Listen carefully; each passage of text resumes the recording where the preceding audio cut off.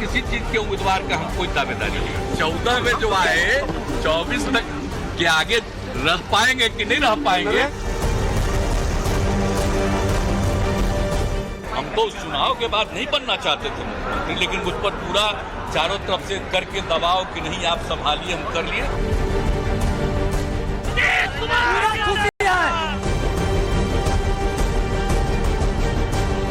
ये मौका नीतीश कुमार जी ने जो निर्णय लिया उसके बाद हम लोगों को मौका मिला है काम करने का। मुख्यमंत्री जी पॉजिटिव है।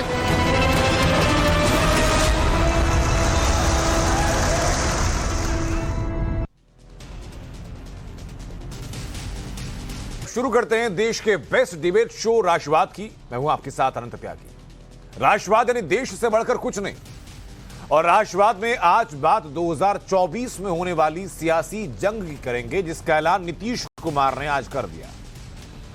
नीतीश कुमार ने आज एक बार फिर बिहार के मुख्यमंत्री पद की शपथ ली, 8वीं दफा, और कल उन्होंने जेडीयू बीजेपी की सरकार का इस्तीफा दिया था।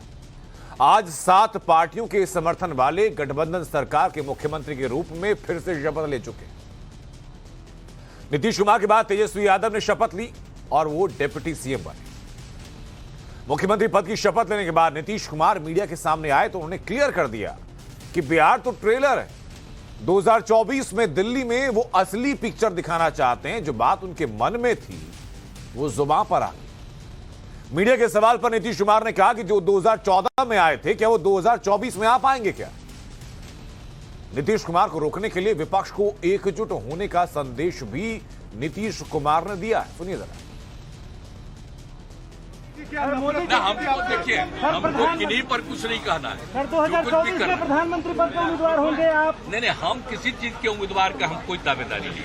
आपके कार्यकर्ता लेकिन इतना तो जरूर कर दीजिए ना कि 14 में जो आए 24 तक के आगे रह पाएंगे कि नहीं रह पाएंगे, वो अपना नरेंद्र मोदी जी को रोकेंगे 24 में। जो बात नीतीश कह रहे हैं वही बात आज शरद पवार ने भी कह दी और कहा कि बीजेपी अपने सहयोगियों को खत्म कर रही। सुनवाते हैं आपको एक बार कि शरद पवार ने क्या कहा। भारतीय जनता पार्टीच्या राष्ट्रीय अध्यक्षांनी मध्यंतरी कुठेतरी एक भाषण केलं आणि त्याच्यामध्ये स्वच्छ त्यांनी सांगितलं की प्रादेशिक प्रश्न हे जे आहेत त्यांना भवितव्य नाही, ते शिल्लक राहणार नाही आणि आमचा एकच पक्ष हा देशामध्ये शिल्लक राहील। याच्यातून एक गोष्ट स्वच्छ होते, जी नीतीश कुमारची तक्रार आहे की भारतीय जनता पार्टी त्यांच्याबरोबर जे असलेले मित्र पक्ष। तो अब सवाल यह है कि 2024 में पीएम पद के आखिरकार दावेदार कितने हैं। एक तरफ नरेंद्र मोदी तो हैं ही, बीजेपी में उनके नाम पर कोई कंफ्यूजन नहीं है, कोई शक नहीं है, लेकिन दूसरी तरफ विपक्ष में राहुल गांधी, ममता बनर्जी, के चंद्रशेखर राव, अरविंद केजरीवाल, शरद पवार और अब नीतीश कुमार। ये सब के सब सभी लोग विपक्ष को एक छाते के नीचे आने की बात करते हैं, लेकिन क्या ये सभी लोग किसी एक के नाम पर सहमत हो पाएंगे कि नहीं हो पाएंगे। कि नीतीश कुमार जो आज सपना देखना शुरू कर चुके हैं वो कितना परवान चढ़ पाएगा। विपक्ष में पीएम पद के दावेदार बढ़ते जा रहे हैं। नीतीश कुमार कह रहे हैं कि 2024 में दिल्ली में वो खेल करेंगे, लेकिन सवाल ये कि उनसे ज्यादा ताकतवर आरजेडी 2024 में क्या नीतीश कुमार के लिए वो सब करने को तैयार होगी जिससे नीतीश विपक्ष का चेहरा बन पाएंगे। हालांकि अभी तेजस्वी यादव कह रहे हैं कि मुख्यमंत्री ने जो कहा वही होगा।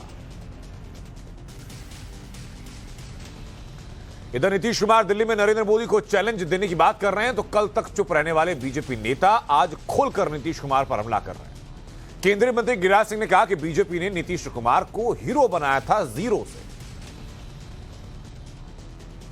इतना बड़ा बीजेपी ने बनाया, 14 में अलग हुए तो क्या स्थिति हुआ 2 सीटों पर। अभी भी चुनौती दे रहा हूं, अगर उनमें नई नीति और नियत है, नैतिकता है, तो अलग चुनाव लड़के दिखा दें। भारतीय जनता पार्टी तैयार है और देश की जनता देख लेगी कि कैसा पीएम मटेरियल। सवाल यह कि नीतीश कुमार कह रहे हैं कि 2014 में जो आए थे क्या वो 2024 में आ पाएंगे। बीजेपी को हराने के लिए पूरे विपक्ष को एकजुट होने के लिए कहा गया, लेकिन सवाल ये कि क्या नीतीश कुमार ऐसा कर पाएंगे। इस सवाल को समझने के लिए 2014 के आंकड़े देखने बहुत जरूरी हैं। जब नीतीश कुमार और बीजेपी दोनों अलग अलग चुनाव में थे। बीजेपी को 30% वोट मिले थे, 22 सीटों पर जीत हो पाई थी। जेडीयू को 16% वोट मिले थे, लेकिन 2 ही सीटें जेडीयू जीत पाई थी। आरजेडी को 20% वोट मिले थे, लेकिन 4 सीटों पर जीत दर्ज की थी। कांग्रेस को 9% वोट मिले थे, 2 सीटों पर जीत दर्ज की थी। एलजेपी को 6% वोट शेयर था, 6 सीटों पर जीती थी। आरएलएसपी को 4 सीटों पर जीत मिली थी। यह अभी तक का आंकड़ा है नीतीश कुमार की निजी राजनीतिक कुव्वत का कि बीजेपी से अलग होने के बाद क्या हुआ। 2024 जीतने के लिए बिहार जीतना जरूरी है, इसलिए समझ लीजिए कि बिहार में किसी पार्टी के साथ किस समुदाय का वोट बैंक है, क्योंकि बिहार की राजनीति जाति केंद्रित है। नीतीश कुमार का कोर वोटर कौन है? कुर्मी समुदाय और पसमानदा। कुर्मू समुदाय 4% है, पसमानदा लगभग 8 से 10%, लेकिन पसमानदा में आरजेडी में और नीतीश कुमार दोनों के बीच में वोटों का बंटवारा होता है। तीसरे जो वोट बैंक नीतीश कुमार के साथ है वो है महादलित का, 8 से 10% उनके पास वोटों का अपना जखीरा है। आरजेडी की बात कर लेते हैं। कोर वोटर में यादव समुदाय आते हैं और मुस्लिम समुदाय आता है। यादव समुदाय 14% है, मुस्लिम समुदाय 15% है, लेकिन मुस्लिम समुदाय के इस 15% में आरजेडी के साथ साथ नीतीश कुमार की हिस्सेदारी भी है। बीजेपी की बात करते हैं। बीजेपी के कोर वोटर में सबसे पहले बात आती है सवर्ण की, जो कि 22% है। उसके बाद अति पिछड़ों की, जो कि 10% है।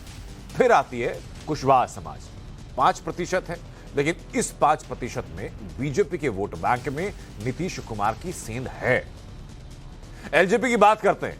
एलजेपी के कोर वोटर में ज्यादातर दलित समझे जाते हैं, जिनकी जो जनसंख्या वहां पर है वो लगभग 6% है।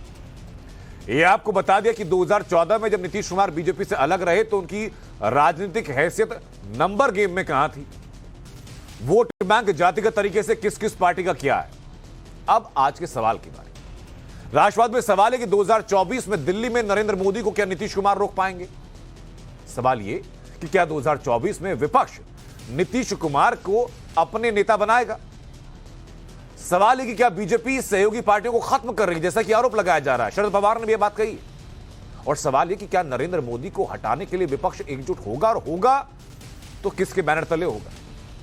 और सवाल यह भी कि 2024 में मोदी वर्सेस विपक्ष का चेहरा कौन होगा, क्योंकि अभी तक विपक्ष के 5 से 6 अलग अलग चेहरे सामने आ चुके हैं। इन्हीं सवालों का जवाब तलाशने के लिए जो खास मेहमान हमारे साथ हैं उनका परिचय कराते हैं। पप्पू यादव हमारे साथ जुड़ चुके हैं, अध्यक्ष हैं जेएपी से। रामेश्वर चौरसिया जी हमारे साथ हैं, प्रवक्ता हैं बीजेपी से। संजय कुमार हमारे साथ जुड़ चुके हैं, राजनीतिक विश्लेषक हैं। जेडीयू से अफजल अब्बास हमारे साथ जुड़ चुके हैं, और साथ ही साथ वरिष्ठ पत्रकार अवधेश कुमार हमारे साथ हैं। बहुत बहुत स्वागत आप सभी लोगों का। लेकिन शुरुआत में करना चाहूंगा सर मेरे सहयोगी अमित से, जो कि इस वक्त वहीं पर ग्राउंड पर मौजूद हैं। अमित, बताइए जरा कि अभी तक की इक्वेशन आपको क्या बताती हुई दिखाई पड़ रही है। ये जो अलायंस हुआ है ये कितनी दूर तक खिंच पाएगा।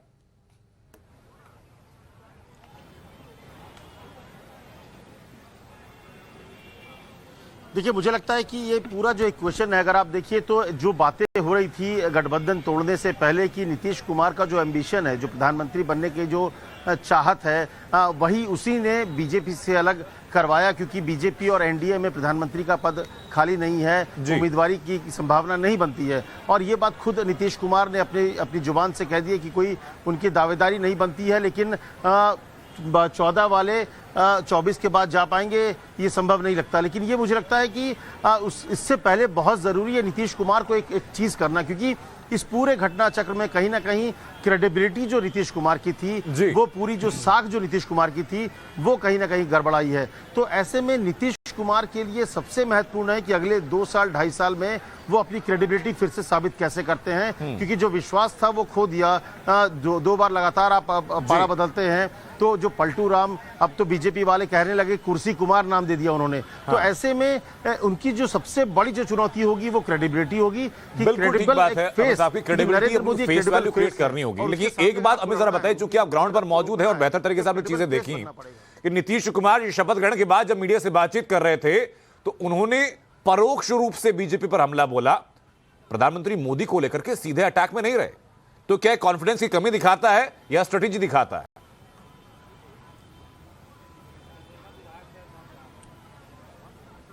नहीं देखिए, मुझे लगता है कि अभी उस पोजीशन पे पहुंचे नहीं है। हाँ, लेकिन एक इंडिकेशन जो देना था दे दिया उन्होंने। सबसे अच्छी तस्वीर वो थी कि जब वो तेजस्वी वहां से शपथ लेकर आकर पैर छूते हैं, गले लगते हैं, लगभग तस्वीर वैसी ही थी जब 2015 में लालू और नीतीश गले मिले थे। तो आज के लिए एक काफी था कि जिस बात थी कि प्रधानमंत्री 2024, ये तमाम चीजों के लिए एक इंडिकेशन था। और प्रधानमंत्री नरेंद्र मोदी को टारगेट जो सीधे मुझे लगता है हेड ऑन करने की पोजीशन में अभी नीतीश कुमार नहीं है। उनकी क्रेडिबिलिटी उस लेवल पे नहीं है कि वो सीधे नरेंद्र मोदी को चुनौती दे। और इसीलिए कास्ट कॉम्बिनेशन की अगर आप बात करें तो आज बिहार में निश्चित तौर पर पूरा का पूरा कास्ट कॉम्बिनेशन जो है उनके साथ है, महागठबंधन के साथ है। एक तरफ बीजेपी और एक तरफ 7 दल है जिसके साथ पिछड़ा, अति पिछड़ा, मुस्लिम, देखिए तमाम चीजें हैं। लेकिन फिर वही बात आती है कि जब लोकसभा का चुनाव होगा तो वो फेस वाली बात होगी।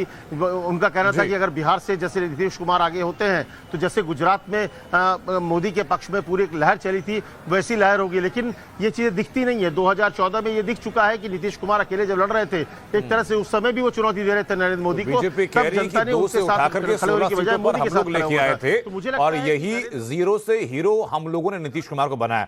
अमित, मैं वापस आपके पास लौट लूं, लेकिन पप्पू यादव जी मैं जानना चाहूंगा 2024 की तस्वीर की बात करें उससे पहले इस अलायंस के बारे में टिप्पणी आपकी क्या है? ये पवित्र रिश्ता है, ये राजनीतिक साझेदारी है, या फिर ये मौका परस्ती है? देखिए, एक बात समझिए, लगातार 8 सालों के अंदर जिस तरीके का डर पैदा हुआ, कभी कर्नाटक, मध्य प्रदेश, महाराष्ट्र, झारखंड लगातार, और फिर यहाँ आकर के अभी जो अमित शाह जी और गडकरी जी जो आए, गडकरी जी ने जिस तरीके से उन्होंने कही कि मात्र एक पार्टी राष्ट्रीय पार्टी है या कोई अन्य राष्ट्रीय पार्टी हो सकती है, उसकी भी कोई वजूद नहीं है, लेकिन क्षेत्रीय पार्टी अब इस देश में नहीं रहेगी, या गडकरी जी ने एक स्पष्ट रूप से एक बात कही। लेकिन दूसरी बात मैं आपको एक बात बताना चाहूंगा। अभी गडकरी जी की बात आती, अध्यक्ष ने कहा, नड्डा जी ने, अभी गडकरी जी, राजनाथ सिंह और पुरी, इन तीनों का बयान देख लीजिए भाजपा में, और अमित शाह जी और जोगी जी के बीच का रिश्ता भी देख लीजिए। अयोध्या का जब कुछ हो रहा था तो अमित शाह जी की तस्वीरें गायब थी, और गडकरी जी ने तो इतना तक कह दिया कि अब राजनीति करने की कोई इच्छा शक्ति महात्मा गांधी के विकास और पप्पू यादव जी, बीजेपी के अंदर जो हो रहा है उसका जवाब मैं रामेश्वर जी से लूंगा, लेकिन सबसे पहले बिहार के अंदर जो हो रहा है वो तो बताइए ना सर। आप कहते हैं, आप सड़कों पर रहते हैं कि बिहार में बदलाव की जरूरत है, नीतीश कुमार तो वही हैं, अब बदलाव होगा क्या? नहीं, मैं मेरी एक बात समझिए ना, बिहार भी तो देश से ही जुड़ा हुआ है जी, देश में ही तो बिहार है। मैं उससे अलग बात नहीं कर रहा हूँ। हाँ। मैंने कहा कि लगातार ये डर किस कारण से, नीतीश कुमार जी, जबकि आरजेडी के युवराज साहब ने किस बात, कुर्दिस्तान क्या क्या नहीं कह दिया था, पलटूराम छोड़िए तो बहुत छोटी बात आप कह रहे हैं। हाँ। एक ऐसे व्यक्ति, हम भी कभी अलग होंगे तो इस तरह के आचरण या इस तरह के नेचर की बात हम नहीं करेंगे। जैसे नीतीश जी भी 9 बच्चे तक का सवाल उठा दिए थे, बहुत सारी बातें सदन में भी चाचा भतीजा के बीच नोक झोंक हुई थी। चलिए, राजनीति में इसका कोई मतलब नहीं है। जहां तक नीतीश कुमार जी के बारे में मैं आपसे एक बात जरूर कहूंगा, याद होगा आपको, बीजेपी के साथ रहने के बावजूद भी कुछ चीजों पर नीतीश कुमार गिरिराज जी के शब्दों पर चैलेंज कर दिया था, उन्होंने इसको कंप्लीटली खारिज किया था। हाँ। चौबे जी के बेटे की गिरफ्तारी हुई थी भागलपुर में, कुछ सेकुलरिज्म पर और कुछ चीजों पर उन्होंने, उनको आप देखे होंगे कि कुछ ऐसे विषय, जब भी कोई विषय विवादास्पद विचार लाए गए भाजपा के द्वारा, उन्होंने उसको आप विरोध भी किया। आपने प्रकरण गिनाए सर, इंगित करने की कोशिश कर रहे हैं कि आदर्श फैसला है, लेकिन मुझे वो बयान भी याद आते हैं नीतीश कुमार के, जब आरजेडी से गठबंधन तोड़ने के बाद वो कहते थे कि मेरे आत्मसम्मान को ठेस पहुंची है, मेरी आत्मा की आवाज नहीं कहती कि मैं इस बात को आगे बढ़ाऊं, मैं बिहार के विकास की गाथा रखना चाहता हूं, आरजेडी के साथ नहीं रह सकता। मैं वही बात एक सेकंड कह रहा हूँ। हाँ, मैं वापस उठूं सर, मेरे साथ बाकी मेहमान भी, उनसे मैं एक एक प्रतिक्रिया ले लूं।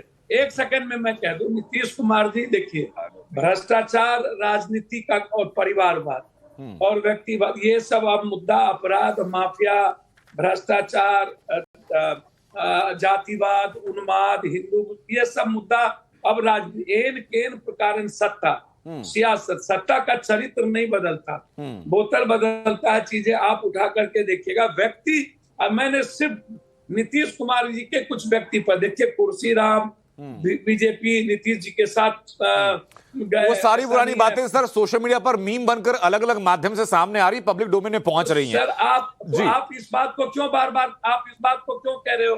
राजनीतिक सत्ता बीजेपी ने क्या किया संजय पटेल के साथ? मैं इस बात से सहमत हूं सर, मैं मना नहीं कर रहा इस बात के लिए, मैं इस बात से बिल्कुल मना नहीं कर रहा कि राजनीति का चरित्र अलग होता है, आदर्श, शुचिता, विचारधारा सब धरी की धरी रह जाती हैं जब सामने आपकी कुर्सी होती है और आपके पास कुर्सी बैठने का मौका होता है। आपकी बात ठीक है, मैं वापस लौटूं। पप्पू यादव जी माफ कीजिएगा, मैं रोक रहा हूं आपको यहाँ पर। छोटा सा रिएक्शन मैं चाहूंगा आपसे, रामेश्वर चौरसिया जी आपसे। ये कहा जा रहा है आज प्रत्यक्ष रूप से प्रधानमंत्री मोदी का नाम भले ही नीतीश कुमार ने नहीं लिया, लेकिन ये जरूर कह दिया कि जो 14 में थे वो 24 में आएंगे क्या, यानी चैलेंज तो दिया है आपको सीधा।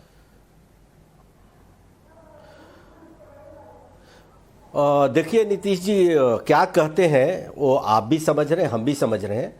और नीतीश जी पहले तो बिहार ही संभाल लें, बिहार में तो कभी हिम्मत नहीं जुटा पाए अकेले लड़ने की। और गिरिराज जी ने सही बोला है कि अर्श से फर्श पे, फर्श से अर्श पे हमने पहुंचाया था। वो तो मैं पुरानी जब पहली बार समझौता हुआ था, मालूम है आपको 96 में 4 सीटें थी एमएलए की नीतीश जी के पास, हमारे पास 44 थी।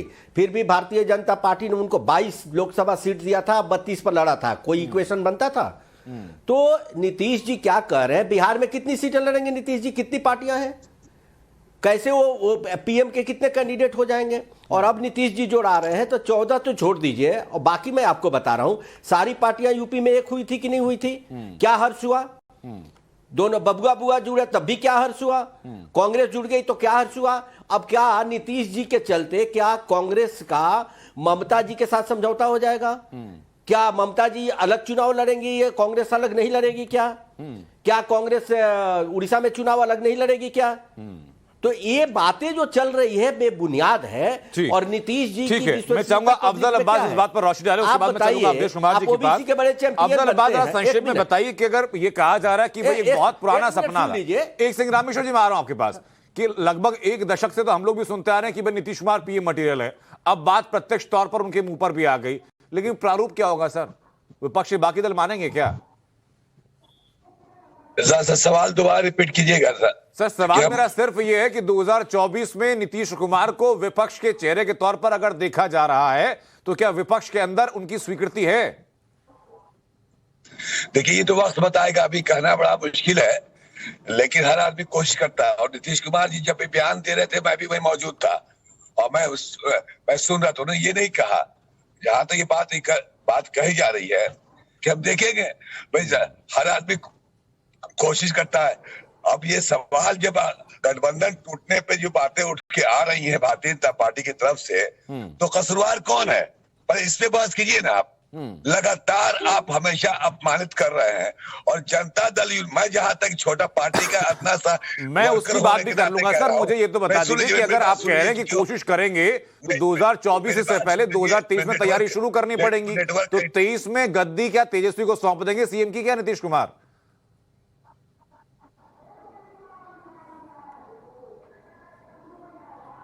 देखिए अब अनविया इसलिए आवाज उसका कट जाए।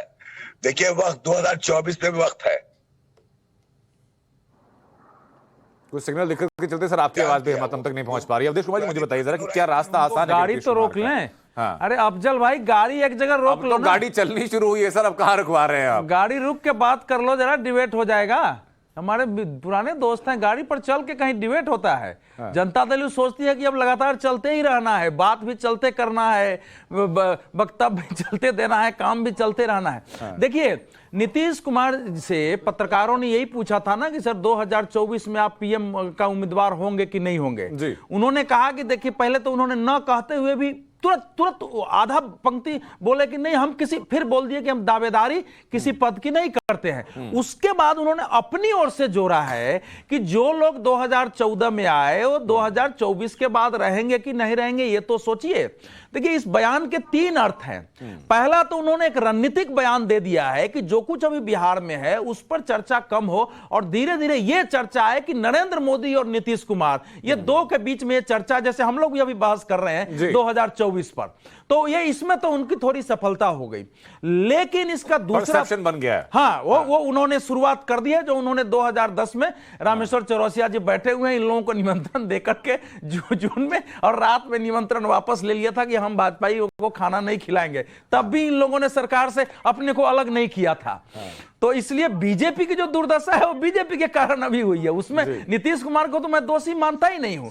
लेकिन देखिए, प्रधानमंत्री के उम्मीदवार इस समय होने के लिए या नरेंद्र मोदी को चुनौती के देने के लिए सबसे पहली आवश्यकता किस चीज की है? वो है आपके साख और विश्वसनीयता की। आप नरेंद्र मोदी के समर्थक हैं, विरोधी हैं, देश के एक व्यापक समुदाय में जितनी साख और विश्वसनीयता स्थापित की है, इंक्लूडिंग बिहार, क्या वाकई नीतीश कुमार का ये लगातार पाला बदल और उसमें जो उनके वक्तव्य है वो उनकी साख और विश्वसनीयता को कमजोर करने वाली है या बढ़ाने वाली है? तो जब आपको जनता के समर्थन से बनेगा ना, स्वयं हम उम्मीदवार बना लेते हैं, जनता दल यूं हमको प्रोजेक्ट कर देती है, उसके आधार पर तो आपकी पर्सनालिटी नहीं होगी ना। तो मेरा अपना मानना है कि नीतीश कुमार ने जो सबसे कोई अपने को क्षति पहुंचाई है कि आज उनकी साख और विश्वसनीयता एक नेता के तौर पर शून्य से भी नीचे है। डॉक्टर संजय कुमार, मुझे बताइए कि क्या वाकई में इस दल बदल से या सरकार मुख्यमंत्री की चाहत के लिए मुख्यमंत्री पद से इस्तीफा देना क्या विश्वसनीयता को खत्म करता नीतीश कुमार की, या राजनीतिक सूझबूझ का परिचायक है? राजनीति में परिस्थितियां कैसी होती हैं, चीजें कैसे तय होती हैं, बहुत चीजें इस पर भी डिपेंड करती है। थोड़ा उस कॉन्टेक्स्ट को समझिए। जब 7 संयुक्त मोर्चे की बैठक हो रही थी उसकी कार्यकारिणी की बिहार में, और जो एक बयान आया जेपी नड्डा के तरफ से कि क्षेत्रीय पार्टियों का अस्तित्व, परिवारवादी पार्टियों का अस्तित्व, वंशवादी पार्टियों का अस्तित्व अब नहीं रह जाएगा, धार वहीं से तेज होने लगी। तो नीतीश कुमार के जो आज बयान है, थोड़ा उसको समझने की जरूरत है। वो प्रधानमंत्री बनेंगे नहीं बनेंगे, वो मोदी जी को टक्कर देंगे नहीं टक्कर देंगे, लेकिन उन्होंने जो कहा कि विपक्ष समाप्त कैसे हो जाएगा, कोई सिंगल पार्टी सिस्टम की तो डेमोक्रेसी इंडिया में है नहीं कि ठीक है। एक सेकंड सर, मुझे एक चीज जरा साफ कीजिए आप। उन्होंने कहा कि विपक्ष समाप्त कैसे हो जाएगा, तो सत्ता में रहते हुए विपक्ष को मजबूत करने के लिए वहां चले गए क्या? देखिए, अगर वो सत्ता में रहते हुए वहां गए, इसके लिए तो उन्होंने बीजेपी को घेरा। उन्होंने कहा कि 2 महीने से जिस तरह से बीजेपी हमको प्रताड़ित कर रही थी, जो शब्द के इस्तेमाल उनके द्वारा हुए, हमें बाध्य होकर के यहां से जाना पड़ा। यही तो इनके पर्सनालिटी को, जो अभी अवधेश जी कह रहे थे संजय कुमार जी, लेकिन ये बात तो सर हर पार्टी बोलती है ना। आप जब भी किसी क्षेत्र में जाएंगे तो विपक्षी पार्टी के लिए किसी भी पार्टी के प्रतिनिधि का बयान ऐसा ही होगा कि आपकी पार्टी खत्म हो जाएगी, कुछ होने नहीं वाला। कि इस बयान से तो ऐसे ही हो गया। इसको समझने की जरूरत है। मैं चीजों को स्पष्ट कर देता हूं। क्या ये माना जाएगा कि जेपी नड्डा का बयान नहीं आता तो नीतीश कुमार एक कदम नहीं उठाते?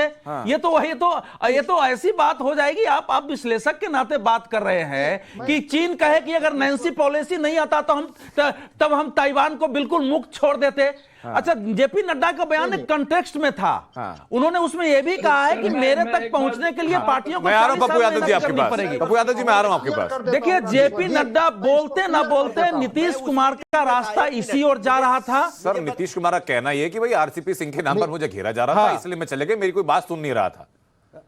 नहीं, मैं इसको जरा स्पष्ट कर देता हूं। 1 मिनट में समय लूंगा जी। मैं ये कह रहा हूं कि वो जाते नहीं जाते, वो मन बना चुके थे, नहीं बना चुके थे, लेकिन आज जो उनके बयान है, उस बयान का कॉन्टेक्स्ट उसी से संबंधित है कि अब मैं अगर आ गया हूं विपक्ष में तो मैं विपक्ष को वो धार दूंगा, वो ताकत दूंगा। अब सर, विपक्ष को तर्क नीतीश कुमार देंगे, धार नीतीश कुमार देंगे, या उससे पहले शरद यादव देंगे? के लिए तो बहाने और तर्क तो देंगे ना, उसमें तो उनको बताना पड़ेगा कि मैंने इन कारण से हटे हैं। कि जब वो विपक्ष में आपका जनाधार घट गया और आप स्वीकार करने के लिए तैयार नहीं है तो दूसरे पर आरोप लगाएंगे। ऐसा होता है राजनीति में। अगर वो विपक्ष में नहीं जाते, अब उन्होंने जो कहा, जिस कॉन्टेक्स्ट की बात मैं बार बार कर रहा हूं कि उन्होंने कहा एक चुनौती के अंदाज में, पहली चीज उन्होंने कहा कि 2014 की स्थिति रहेगी कि नहीं रहेगी।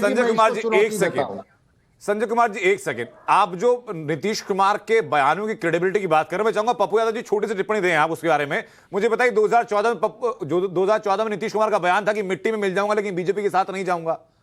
अब उस बयान की क्रेडिबिलिटी का क्या हुआ सर? देखिए, एक बात तो बहुत क्लियर समझिए, मैंने पहले भी कहा कि राजनीति का कोई विचारधारा पर सत्ता नहीं टिकी हुई है इस कंट्री की। इसको ऐसे नीतीश कुमार या नरेंद्र मोदी का सवाल नहीं है। आप जब चुनाव अभी हो रहे थे और चिराग पासवान जी हनुमान बन करके जब जो चौरसिया जी अभी बोल रहे हैं वो चुनाव लड़े थे बीजेपी से हटके चिराग पासवान जी के पार्टी से।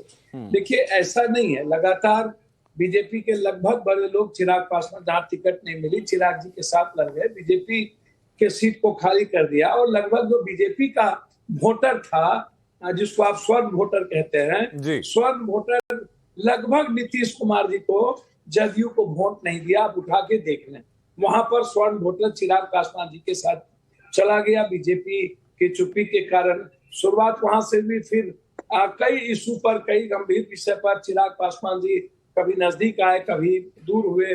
फिर आरसीपी जी का प्रकरण है।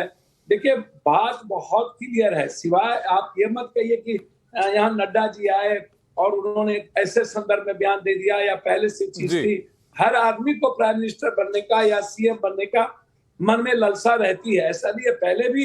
हाँ, लेकिन मैं एक बात आज कहना चाहूंगा, नीतीश कुमार जब लालू पप्पू यादव जी मुझे बताइए, नीतीश कुमार अगर पीएम बनने का सपना देख रहे हैं तो पप्पू यादव जी को क्या सीएम बनने का कम से कम सपना नहीं देखना चाहिए क्या?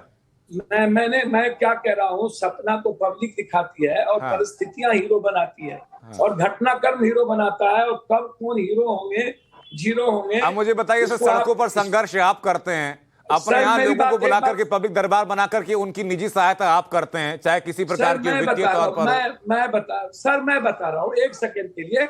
मेरा एक बात आप समझिए, नीतीश कुमार जी जब लालू यादव जी अगले गठबंधन में जब लालू यादव जी के साथ बीजेपी को छोड़ के आए थे, तब वो Nitish Kumar ji number 1 PM candidate के लगभग विपक्ष की भूमिका में कंट्री में उस वक्त इनकी जो क्रेडिबिलिटी थी वो बहुत नंबर 1 की थी। इनकी क्रेडिबिलिटी पर आज शुरुआत कब से हुई, चाहे जिस कारण से, मैं मानता हूं कि नीतीश जी आरजेडी का जो कुछ कल्चर है, कुछ चीजें हैं 2013-15-17 में जो चीजें हुई उसमें नीतीश जी का रामेश्वर, मैं आपके पास में उससे पहले छोटा सा कमेंट अफजल अब्बास से मिलना चाहूंगा। अब्बास साहब मुझे बताइए जरा, बाकी एक सेकंड छोटा सा कमेंट, वो गाड़ी में वैसे भी ट्रैवल कर रहे हैं तो सिग्नल उनके वीक लगातार हो रहे हैं। अफजल अब्बास साहब मुझे बताइए कि क्रेडिबिलिटी को लेकर के नीतीश कुमार की लगातार सवाल उठा रहे हैं, पप्पू यादव भी कह रहे हैं कि क्रेडिबिलिटी उनकी बहुत कमजोर हो गई है। जब क्रेडिबिलिटी नहीं है तो फिर किस मुंह से जाएंगे जनता के पास कि हाँ भाई मुझे बनाइए सीएम, मुझे बनाइए पीएम? आप ये बताइए, ये चर्चा हो रहा है, यही क्रेडिबिलिटी है? हाँ, हम चर्चा कर ही रहे हैं, इसीलिए हम तो अति महत्वाकांक्षा कहकर भी चर्चा कर सकते हैं सर। आप चर्चा, अगर उनकी क्रेडिबिलिटी नहीं होती तो ये चर्चा ही नहीं होता। ये प्रूफ करता है कि उनका जनाधार है, लोकप्रिय नेता है, इससे इनकार नहीं कर सकते। टीवी पे हम डिबेट करने अलग बात है, अलग अलग पहलुओं पर हम डिस्कस कर सकते हैं, लेकिन ये कहना कि नीतीश कुमार जी की क्या क्रेडिबिलिटी नहीं है, खत्म हो रही है, ये वक्त के भविष्य के घर में छिपा हुआ समय आगे तो मालूम हो जाएगा। जी अफजल अब्बास साहब, छोटी सी बात मुझे बताइए, हम कौन सी क्रेडिबिलिटी की बात करें? 2014 के उस बयान की क्रेडिबिलिटी की बात करें जब उन्होंने कहा था कि भाई मिट्टी में मिल जाऊंगा, बीजेपी में शामिल नहीं होऊंगा, या उसके बाद जब आरजेडी से अलग हुए उन्होंने कहा कि भाई मेरे आत्मसम्मान को ठेस पहुंची है, मेरी अंतरात्मा की आवाज है, इसलिए मैंने गठबंधन तोड़ दिया। मैं उस क्रेडिबिलिटी की बात करूं या आज जो कह रहे हैं मैं उस क्रेडिबिलिटी की बात करूं? मैं एक छोटी बात, परिस्थितियों के अनुसार, परिस्थितियां कभी कभी आदमी को विवश कर देती है। आज जो परिस्थिति जो विवाह हमको मजबूर किया गया इसलिए हमने छोड़ा। आप ठीक है, पप्पू यादव जी ने कहा, आप वरिष्ठ पत्रकार ने कहा, आप पार्टी का वरिष्ठ नेता, राष्ट्रीय तो यानी सर 2 साल के बाद भी परिस्थिति बदल सकती है, इस बात की संभावना से इनकार नहीं। तो ये आप तो चैलेंज कर रहे हैं ना, आप तो चैलेंज कर रहे हैं कि छोटी पार्टी को खत्म कर देंगे। मैं कह रहा हूं सर, यानी 2 साल बाद भी परिस्थिति बदल सकती है, इस बात की संभावना से इनकार नहीं है ना? असल में देखिए, एक सेकंड, ये शिवसेना नहीं है, ये जनता दल यूनाइटेड है और इसके नेता है नीतीश कुमार। ये समझना चाहिए था इन लोगों को।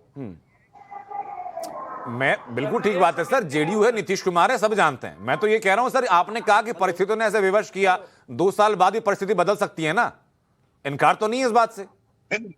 नहीं, आप तो देखिए समाजवादी विचारधारा के लोग एकजुट हुए हैं। हम समझते हैं कि हम तो सर 2 साल पहले जो पोस्टर लगा था कि नीतीश सबके हैं, उस पोस्टर को नीतीश कुमार के हाथों चरितार्थ होते हुए देख रहे हैं कि वो हर पार्टी में जाकर के सबके बन जा रहे हैं। सुनिए, लेकिन मैं कह रहा हूं कि एक नया अध्याय शुरू हुआ है। मैं लौटूं आपके पास, मुझे बताइए रामेश्वर चौरसिया जी, मुझे बताइए, ये परिस्थितियों की डिमांड है या मौका परस्ती है?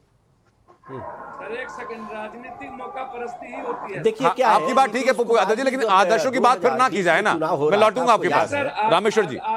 सर आदर्श जो है ना, छोड़िए बोलने में इस कंट्री में नीतीश कुमार जी जब 2000 में चुनाव लड़ रहे थे, उसके पहले आपने देखा नीतीश कुमार जी कहीं भी जाते थे तो पब्लिक विरोध करती थी। हमारे यहाँ सासाराम में भी गए थे तो पब्लिक विरोध कर रही थी, वो तो नरेंद्र मोदी जी ने संभाला।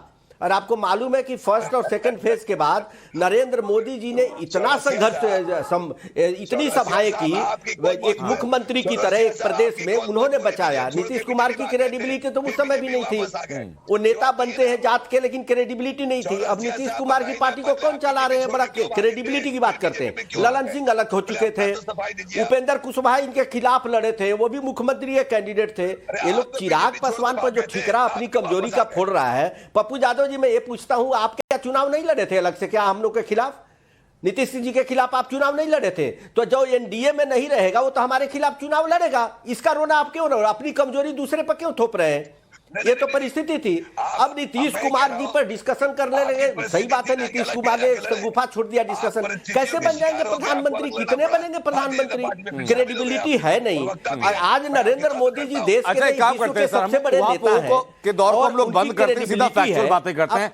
पॉइंटर्स में समझना चाहूंगा डॉक्टर संजय कुमार मैं आपसे कि जिस वक्त महाराष्ट्र में अजित पवार वाला प्रकरण हुआ, उस वक्त कहा गया कि भाई शरद पवार जो है वो पीएम मटेरियल है, उनके छाते के तले तमाम विपक्षी दल आ जाएंगे। सोनिया गांधी के बारे में लगातार कहा जाता है यही बातें। बंगाल चुनाव जीते तो ममता बनर्जी के बारे में यही बातें कहेंगी, भाई ममता विपक्ष का बहुत बड़ा चेहरा हो गई हैं, उनके ही अगुवाई में 2024 चुनाव लड़ा जाएगा। अब नीतीश कुमार ने सत्ता परिवर्तन कर दिया, यहां पर आरजेडी के साथ मिलकर सरकार बनाने लगे, तो इनके बारे में यही कहा जा रहा है, केसीआर के बारे में यही कहा जाता है।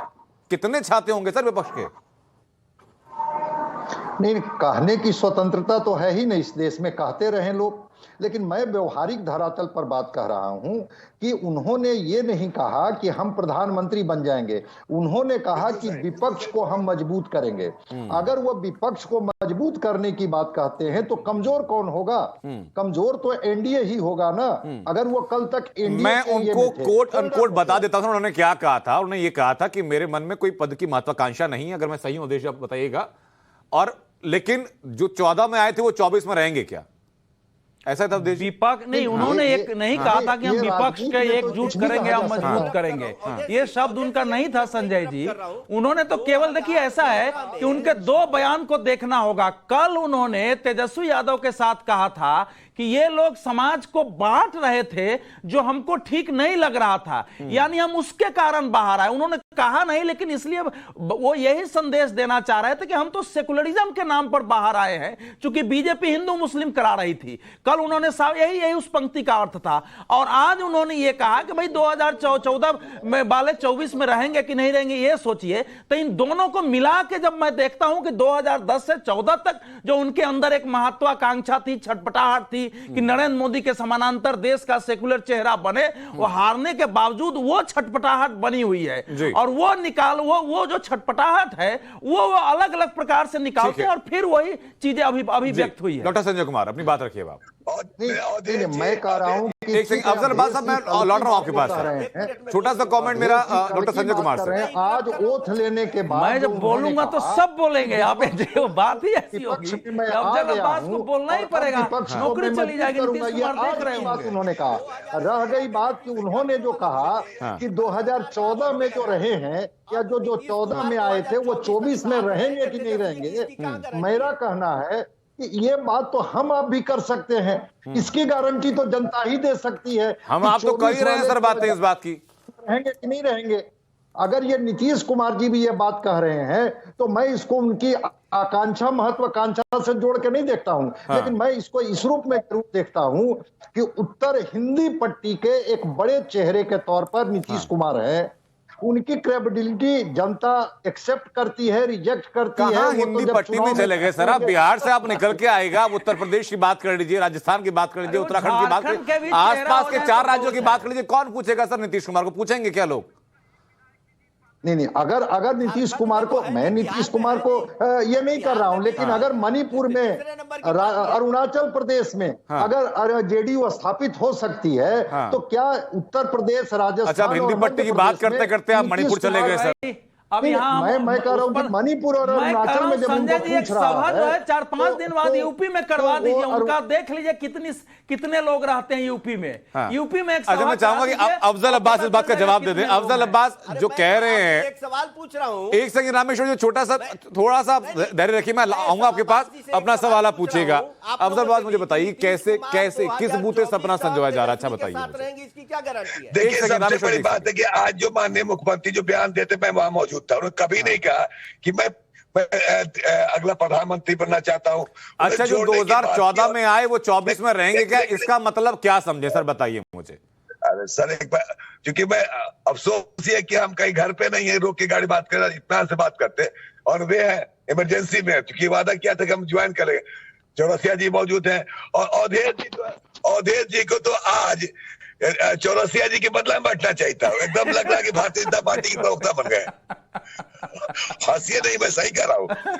लेकिन सवाल इस बात का है कि अगर कोई आदमी अगर क्यूमुलेटिव अप्रोच करके अगर जोड़ना चाहता है तो उसको देखिए, वेट कीजिए। अगर उन्हें कहा कि 2024 की बात की, अगर विपक्ष को जोड़ने की बात करें जैसा कि आप लोग कह रहे हैं, तो वेट कीजिए ना। और जहां तक उनके क्रेडिबिलिटी की बात है, छोटा सा सवाल मेरा है सर, उसके बाद में चलूंगा रामेश्वर चौरासी जी के पास। विपक्षी एकता की जब बात आती है सर, मुझे कर्नाटक में सरकार गठन की शपथ के दौरान की वो तस्वीरें याद आती हैं। मंच पर विपक्ष का कोई नेता नहीं छूटा था जो हाथ में हाथ लेकर कैसे खड़ा नहीं होगा। याद होगा ना सर आपको? इजाजत दीजिए। मैं नहीं, अभी कैसे इजाजत मिलेगी? ऐसे नहीं ना सर, सरकार में आगे तो कम से कम चर्चा में तो बने रहिए ना। 15 मिनट और रहेगा, आप गाड़ी रोक के बात करिए, ऐसे कैसे भाग जाएंगे आप? इमरजेंसी में घर जा रहा हूं, इमरजेंसी में जा रहा हूं, इसलिए बोला। अच्छा ठीक है सर, बिल्कुल, बहुत शुक्रिया अफजल अब्बास आपका हम तो जुड़ने के लिए। अब मुझे बताइए रामेश्वर चौरासी, जो विपक्षी एकता की बात होती है, मेरे दिमाग में जो पहली तस्वीर आती है, हालिया तस्वीर 2018 के आसपास की कर्नाटक की तस्वीर सामने आती है भाई, जहां पर कि विपक्ष का हर नेता, ये तस्वीर देखिए आप, विपक्ष का ऐसा कोई नेता नहीं था जो मुस्कुराते हुए हाथ में हाथ डाल के खड़ा नहीं था, और एक रणभेरी बजा दी गई थी कि भाई बीजेपी के खिलाफ यही वो मोर्चा है जो कायाकल्प करने वाला है। वो तस्वीरें मैं दर्शकों को लगातार दिखा रहा हूं सर, ताकि लोगों की जो मेमोरी वो फ्रेश रहे।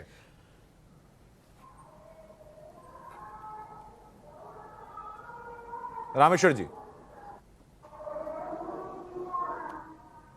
अच्छा, ये देखिए जो तस्वीर दिखा रहे हैं, इसमें कितने लोग हमारे साथ आ गए, फिर वो बाहर चले गए। और दूसरी बात, मैं ये चीज आपको बता दूं, 14 और 24 की बात हो रही है, तो नीतीश कुमार जी के पास ये गारंटी नीतीश कुमार जी दे सकते हैं कि 24 तक तेजस्वी जी के साथ रहेंगे। आपको याद है 17 में किस मुद्दे पर अलग हुए थे कि भ्रष्टाचार का मुद्दा है, तेजस्वी जी जवाब नहीं दे रहे हैं। अभी तो उनके यहाँ जो रेड हुआ सीबीआई का, लालू जी के 25 साल से जो पीए हैं वो पकड़े गए, एक और पकड़े गए। इसको देखते हुए भी नीतीश कुमार जी इस पर क्या जवाब देंगे? 2000 जब 96 में हमारे साथ आए थे नीतीश कुमार जी, क्यों आए थे? जंगल राज के खिलाफ आए थे, भ्रष्टाचार के खिलाफ आए थे। तो ये भ्रष्टाचारियों के साथ कब तक रह पाएंगे, इसकी कोई गारंटी है? ये तो बिहार की चर्चा। अब एक चीज और आपको बता रहा हूं, बिहार में 40 सीट है, सबसे बड़ी पार्टी तेजस्वी है। अब पप्पू यादव जी बैठे जोड़ के बता देंगे, उसके बाद नीतीश जी है, उसके बाद कांग्रेस है, फिर कम्युनिस्ट है, फिर मांझी जी है। कितनी सीटें नीतीश कुमार जी लोकसभा की लड़ेंगे? बात ऊपर की कर रहे हैं। और क्या नीतीश कुमार जी को हिम्मत है अकेले लड़ने की? लेकिन वो तो कह रहे हैं कि सबको हम इकट्ठा कर लेंगे। वो लड़ने के ऊपर नहीं जा रहे, वो तो ये कह रहे हैं कि जो चाहे जितनी सीटें लड़े, कैसे इकट्ठा कर लेंगे? सब जीतेंगे, हम इकट्ठा कर लेंगे और एनडीए को हरा देंगे। लेकिन मुझे बताइए अवधेश जी, मैं आ रहा हूं आपके पास। देखिए जी, इनकी विश्वसनीयता इतनी कमजोर है कि कोई इनके साथ इकट्ठा होने को तैयार नहीं होगा। ममता जी इनके साथ इकट्ठा हो जाएंगी क्या? कि इनका इन पर किसी को विश्वास है क्या? पॉइंट को लेकर मैं अवधेश जी, लालू जी नहीं बोला था दिया जा रहा है कि नीतीश कुमार के लिए वक्त सबसे ज्यादा मुफीद था। उसके पीछे की वजह यह कि शरद पवार जो है वो महाराष्ट्र संभालने में अपना व्यस्त हैं। ममता बनर्जी केंद्र के लिए अपने जो तेवर हैं वो धीमे कर चुकी, नरम कर चुकी हैं। कांग्रेस की जो आला कमान है वो ईडी के चक्कर में फंसा हुआ है। तो इस बीच नीतीश कुमार के लिए परफेक्ट मौका था कि अपनी दावेदारी ठोक दे। नहीं, निश्चित रूप से मैं आपसे सहमत हूं, क्योंकि जिस ढंग से उनके नेता बार बार बयान दे रहे हैं, देश आपका इंतजार कर रहा है, कोई कह रहा है कि भैया देश के नेतृत्व के लिए आगे आए, तो यही तो सोच उनको समझाई गई है। देखिए देश में, मैं पहले फिर ये बात आपकी टीवी पर पहले भी बोला हूं, शायद दोबारा बोलना पड़ेगा कि इस देश में हम लोग भी सेकुलर लिबरल ही हैं, लेकिन सेकुलर लिबरल का एक ऐसा खेमा है जो हमेशा इस कोशिश में रहता है कि कोई एक ऐसा खड़ा हो जाए कि हम दिखा सके कि अब नरेंद्र मोदी गया, अब भाजपा गई। तो उन सब लोगों ने इनको बताया है, समझाया है। सेकुलरिज्म की परिभाषा तो सर यहाँ पर अलग अलग मैं एक दूसरी बात पर मैं महत्वपूर्ण बात कहने जा रहा हूं कि देश का इस समय और बिहार का माहौल कहां है। 1 महीने के अंदर बिहार में पीएफआई का देश का सबसे बड़ा मॉड्यूल सामने आया है। उसमें बताया है कि 15,000 लोगों को वो ट्रेनिंग दे चुका है, जिसमें कैसे हत्या करना है, कैसे राइट्स करने हैं, कैसे पत्थर मारना है। और ये देश में अलग अलग इस प्रकार के माहौल बने हुए हैं। तो ये जो माहौल बना हुआ है, इस माहौल में देश की जनता अपनी सुरक्षा को ध्यान में रखते हुए, राष्ट्रीय सुरक्षा को ध्यान में रखते हुए मुद्दा बना के आगे नेतृत्व की दिशा में देखेगी। उसको क्या मानेगी कि ये जो समस्या उभर रही है, इसका समाधान नीतीश कुमार और बाकी विपक्षी दल कर लेंगे। तो इसीलिए जो आप कह रहे हैं कि मुफीद है, मेरा अपना मानना है कि देश में जो माहौल पिछले कुछ दिनों में बना है जिहादी आतंकवाद को लेकर के, फिर वो एक ऐसा मुद्दा बनने जा रहा है 2024 के चुनाव में कि वो मुख्य निर्धारक होगा। फिर वही बातें होंगी सर, राजनीतिक सोचता, आदर्श और मौके तीनों अलग अलग डायमेंशन की चीजें हैं। लेकिन जनता के लिए तो सुरक्षा मुद्दा रहेगा ना। ठीक बात है, आप तो रहेगा, इसलिए सूचिता छोड़ दीजिए। सूचिता में तो नीतीश कुमार कहीं नहीं ठहरेंगे, नैतिकता में कहीं नहीं ठहरेंगे। लेकिन क्या इस मुद्दे पर जो जनता के मन में एक बड़ा भाव है कि भैया बिहार के 4-5 जिलों में शुक्रवार को छुट्टी होने लगी, आप सोचते हैं कि वहां के लिए वो मुद्दा नहीं होगा? दुनिया का जाना माना भटकल जो है दरभंगा से पकड़ा जा रहा है आतंकवादी, तो ये क्या मामला नहीं होगा जनता की नजर में? क्या ये मुफीद समय है नीतीश कुमार के लिए? मुझे अब संजय जरा ये बताइए कि एक सवाल ये पूछा जा रहा है कि अगर आरजेडी और जेडीयू का समझौता बहुत पक्का था, एक सेकंड रामेश्वर जी मैं आ रहा हूं आपके पास, कि अगर समझौता बहुत पक्का था तो सिर्फ आज 2 ही लोगों ने शपथ क्यों लिए? बाकी जो नाम है वो कहां नदारद हो गए? सहमति नहीं बन पाई क्या? इसलिए बूते कहा जा रहा है कि भाई 2 साल भी टिकेंगे, नहीं टिकेंगे? देखिए, इनका समझौता परिस्थितियों का समझौता है। तेजस्वी जी को भी लग रहा होगा कि हमें सत्ता में आना इसलिए जरूरी है ताकि जो हम ईडी और सीबीआई और बाकी जो एजेंसियों को फेस कर रहे हैं, शायद उसके लिए हमें कवच मिल जाए। नीतीश कुमार जी भी जिस तरह से ललन सिंह आकर के इनका बयान देते हैं, ये एक और चिराग पैदा किया जा रहा था, हमारी पार्टी को कमजोर करने की कोशिश की जा रही थी। हम अपने को बचाने के लिए हमको इस परिस्थिति में जाना पड़ा और हमको आरजेडी से समझौता करना पड़ा। कल ये क्या रहेंगे, उनके साथ इनके समझौते होंगे नहीं होंगे, वो अलग पार्ट है। लेकिन मैं जो बराबर कह रहा था, जिस चीज को डाइल्यूट करने की कोशिश की जा रही थी, कि मैं कह रहा था मोदी जितने मजबूत हो जाए, 545 सीट में 545 सीट भारतीय जनता पार्टी जीत जाए, अलग पार्ट है। लेकिन विपक्ष को भी धार देने का अधिकार है कि नहीं है? अगर विपक्ष एक होने की स्थिति में है, विपक्ष अगर हर जगह चुनौती देने के लिए तैयार है, उसकी एक कड़ी में अगर नीतीश कुमार भी जुड़ते हैं, तो ये नीतीश कुमार किसके फोल्डर से निकलते हैं? ये एनडीए के फोल्डर से निकले हैं। और यही बात आज तेजस्वी भी बोल रहे थे कि अब उत्तर भारत में एकमात्र अलायंस जो जेडीयू एनडीए के फोल्डर में थी, वो अभी ये निकल गए।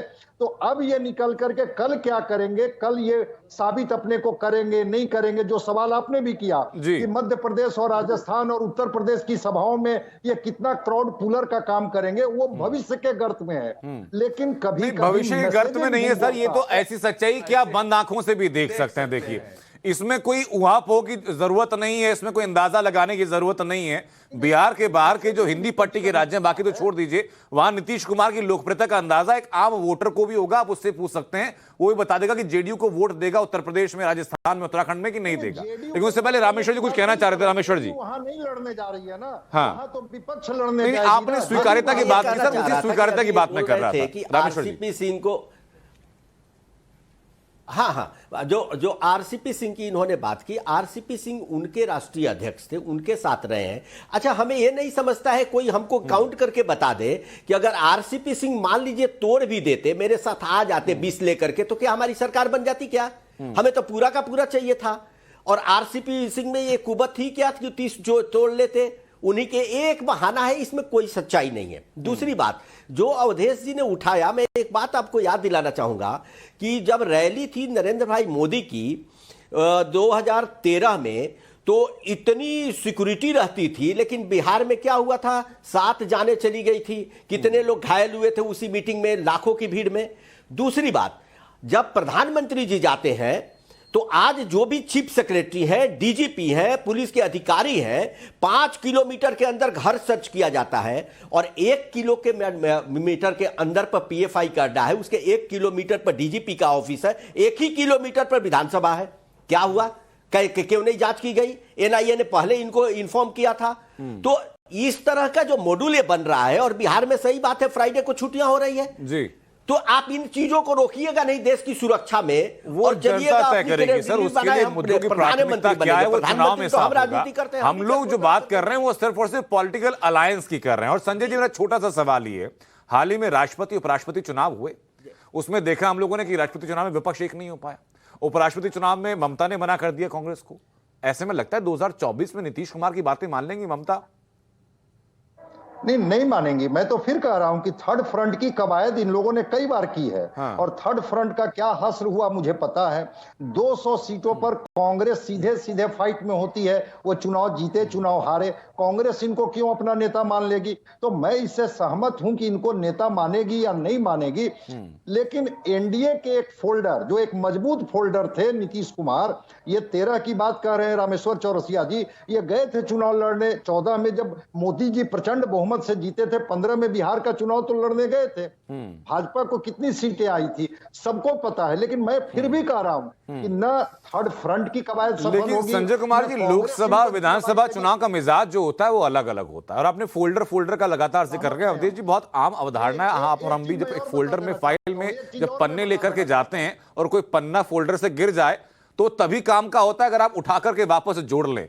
अगर वो जोड़ा ना जाए तो पड़ा रह जाता नीचे, निश्चित रूप से पड़ा रह जाता है। देखिए, दिक्कत यह है कि चाहे वो तेजस्वी यादव को बयान को संजय जी कोट करें, एक दौर देश में, संजय जी एक सेकंड रामेश्वर जी, मैं आ रहा हूं आपके पास, एक सेकंड। एक दौर देश में आया था जब लगता था कि इस देश में केवल गठबंधन की राजनीति चलेगी। उस दौर की यह बात कर रहे हैं कि भाजपा का उत्तर भारत में गठबंधन क्यों नहीं है। जब भाजपा को अपनी बदौलत बहुमत मिल रही है तो वो गठबंधन के चक्कर में जहां उसको नहीं है वहां गठबंधन की जाती है। और देश राष्ट्रीय स्तर पर गठबंधन के दौर से बाहर निकला है। अब जनता वो अस्थिरता नहीं चाहेगी कि हम फिर से ऐसे गठबंधन के दौर में जाएं जहां की हमारे देश में अस्थिरता हो और सरकार को निर्णय लेने के लिए छोटे छोटे दलों पर निर्भर रहना जनता पड़े। सर, पब्लिक तो ये चुनाव में साबित कर देगी। लेकिन जो माहौल परसेप्शन बनाने की कोशिश की जा रही है, नीतीश कुमार ने परसेप्शन भले ही बनाया हो कि वो पीएम की दौड़ में वो शामिल हैं, लेकिन दौड़ में वो कितना तेज दौड़ पाएंगे और बाकी जो धावक हैं उनको दौड़ाएंगे कि नहीं दौड़ाएंगे, इस पर संशय बना हुआ है। फिलहाल बहुत बहुत शुक्रिया आप तमाम लोगों का चर्चा में शामिल होने के लिए, राष्ट्रवाद में चर्चा को बेहतर बनाने के लिए। एक छोटे से ब्रेक का वक्त है, जल्द वापस आओ।